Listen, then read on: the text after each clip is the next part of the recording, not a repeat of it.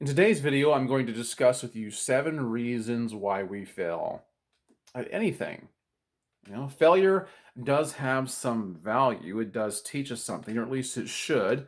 But we're often too well acquainted with loss, aren't we? Success seems to be something that we see on the horizon, and failure is something that just plagues us, doesn't it?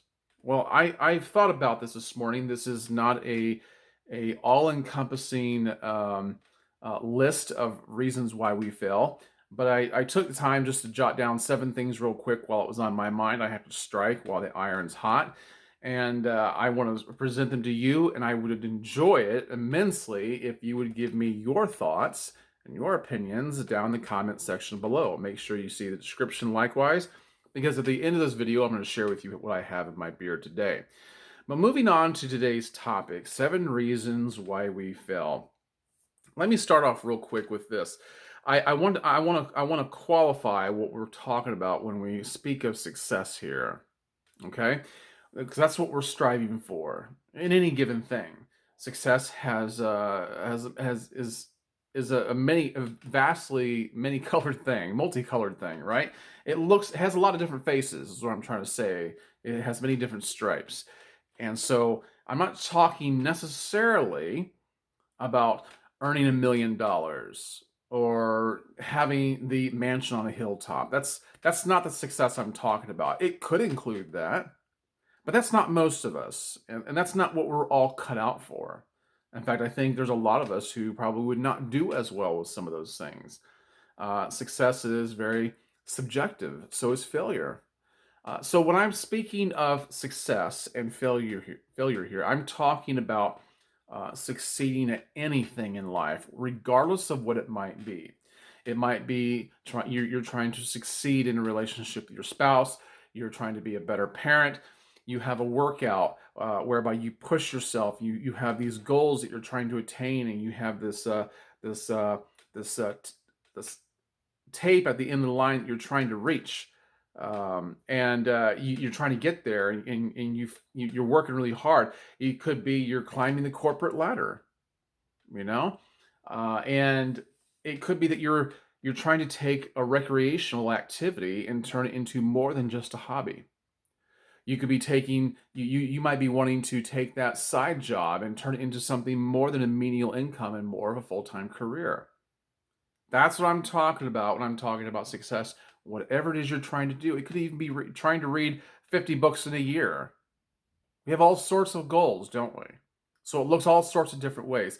So just understand that from the very beginning here, that we're talking about many different things, but it's very personal to you. So I want you to clutch onto that in your mind and let what I'm saying here today apply to what you're going through. Now, number one of the reasons why I think that people fail at whatever they're trying to do is that they just do not count the cost. We have a lot of great ideas. We're inspired by other people. I certainly am. I'm susceptible to that. I like to read, so I see these people on YouTube, and they'll read a book a week. And I used to do that. I used to try to do that. I wasn't always successful at it, but uh, I see what other people are doing. It inspires me, and so I get these. It starts with a great idea, doesn't it? Starts with a great idea, or you see a workout routine someone's doing, and you go, I want to try that because I want to look like they do. You might hear about a certain kind of a diet that someone has assumed and they've lost a lot of weight. You think this is a really good idea. So it starts with a good idea, but you don't count the cost. It helps to think well in advance of where it's going and how you're going to facilitate something and what's going to cost you personally to do it, and if it's worth it or not. Are you going to benefit from it, or are you not? What's it going to take? What are you going to have to sacrifice? Are there any losers in this matter? Now, if everything checks out okay, it's wise to proceed. But it many people do not count the cost. They'll jump right in to something because they were inspired by somebody. They were motivated. They thought something was a good idea, and then after they got into it, they start chipping away at things that are important in their life, and they don't even know it. until someone says, I've had enough, or until you burnt out and you realize this was never for me, or there was never any benefit in it. So it's very important to sit down and count the costs before you take on an endeavor that really excites you, that really gets your dander up and makes you want to do something different. You know what I mean?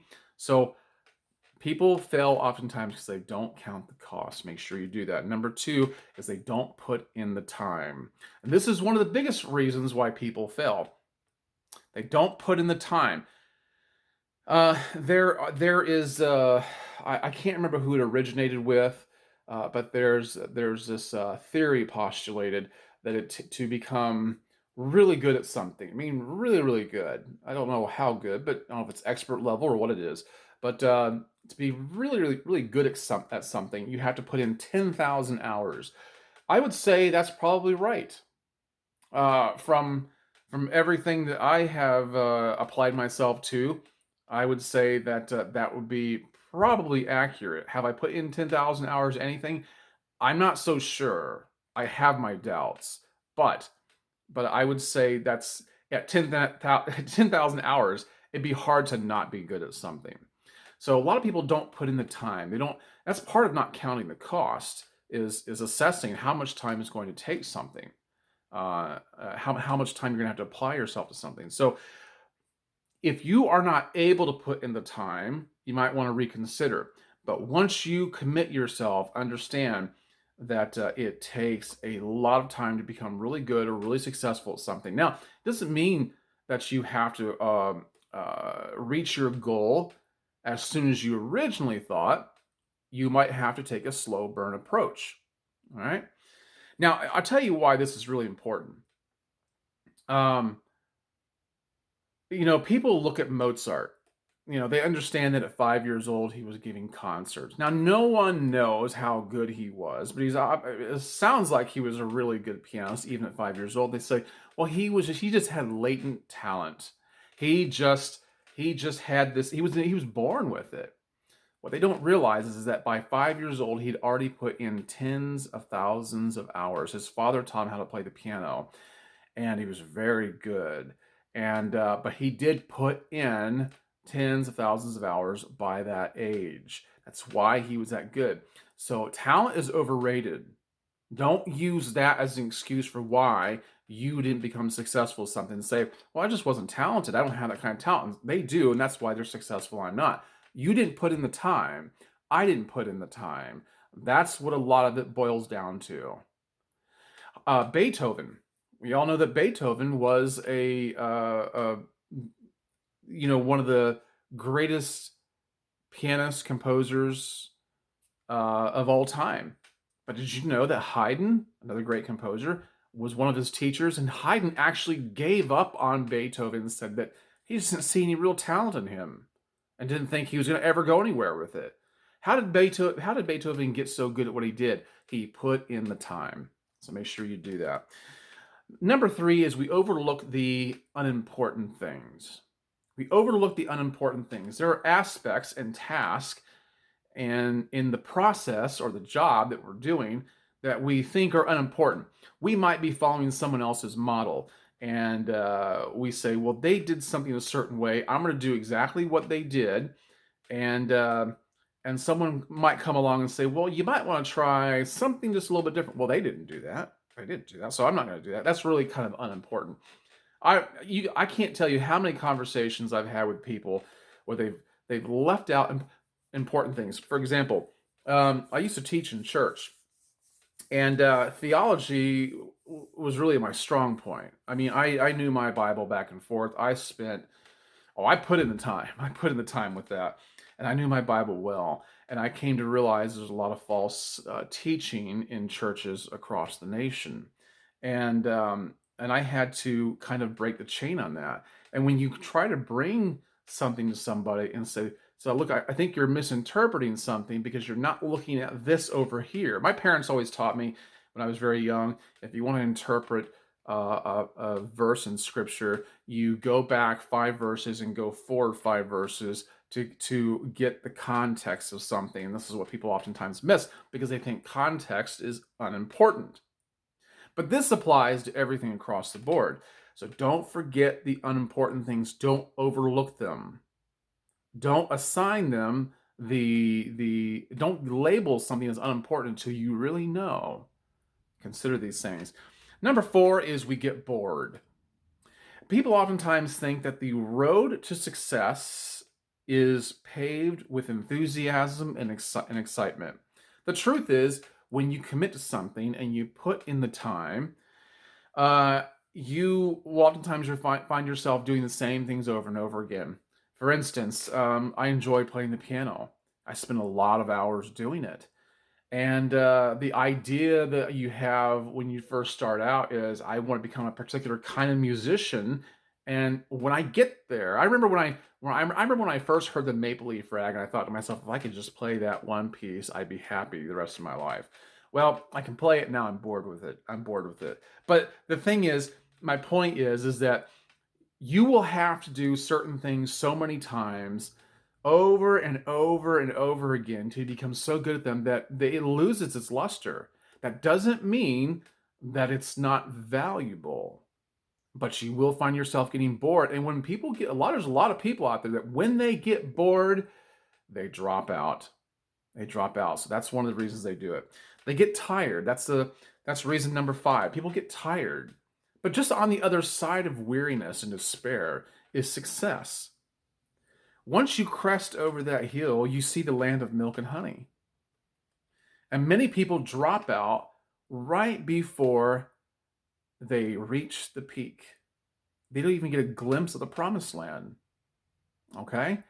So if you get tired, keep your hand on the helm and just stay the course, and you'll get through the storm. You'll get through the rough passages. But when you get tired, don't let that discourage you too much. You need to get it into just automatic pilot mode. Number 6, people inaccurately compare losses along the way, along the path to success and achievement. You're gonna have some losses along the way, because it's like fighting a war. You have many battles, and some of those you lose some of the battles, you win some of them. But in the end, if you win more battles than lose, you succeed. But you're going to suffer loss, and some people take their losses way too hard. They just it crushes them, it deflates them, because you're comparing it to something else. You might be looking at someone else who's successful in your mind's eye, and social media is really bad about this. In your mind's eye, you might be thinking, well, they didn't sustain those kind of losses. I must be doing something wrong. I've got to get out. No, you're going to sustain loss, but don't look at your losses as losses. Look at them as experiences. That's how you need to view your loss. Don't call it a loss, call it an experience. Okay? That way you can learn from it. Number 7, people place too much emphasis on the win. But you say, isn't that what it's all about? There's an old adage. It's not the, it's, let me see if I can get this right. Um, it's all about the journey, basically. I forget about the adage, but basically, it's all about the journey, right? It's not about the end. It's not about the goal. It's about the journey. And there are some people who will dispute that. No, it's about the win. It's about the win. I came here to win. Well, okay, that's fine. But if you get to where you want to go and you don't enjoy it, what was it for? Enjoy the journey. Don't place too much emphasis on the win, because you're going to find out that after you get what you want, after you get to the mountaintop, it's awfully lonely there. There's not many people who reach that point. But that doesn't mean I'm not saying you should be content with failing or with loss. What I'm trying to say is, along the way, you will accrue other things of immense value, relationships. There will be people there. There will be people along the way that will help you get to where you want to go. You don't want to get so focused on the win that you don't nurture other things and other people along the way. Have you seen people step on others? to get what they want. People who cared about them were trying to help them, and they walked all over them because all they could think about was the win. And once they got there, they couldn't even enjoy it because everyone else had turned their back on them. You don't want to do that. Don't become so focused on the win that you can't even enjoy the journey and show love and appreciation to the people who helped you get there, because I can guarantee you, you don't get there by yourself. Okay, so those are the 7 reasons why I think people fail. I hope that's helped. Please share your comments and your thoughts down below, and let me know what you think, because this list really could go on, and I'd like to know what you have to say. And so maybe I'll introduce your ideas and your thoughts, your comments into another video, and I'll give you credit for it. Um, Although I can't guarantee when I'll do that. It's just an idea, right? So let me talk about what I have in my beer today. Something I like to do at the end of my videos. I don't know how well that works or not, but for you bearded men who are watching closely, today I'm wearing Live Bearded's Gunslinger, a line of beard products. This morning I washed with their Gunslinger beard wash, and then I applied their conditioner. Now, Gunslinger's scent profile is sweet tobacco and cedar, so you can just probably imagine how nice that smells. It's very, very pleasant, very satisfying. And then I applied their beard oil and their beard butter. Great stuff. I love it. I love Live Bearded. In fact, I'm even wearing their this wrist band that they sent me. I don't know if they send those to everybody or not, but if you're fortunate, maybe you'll get one in your order.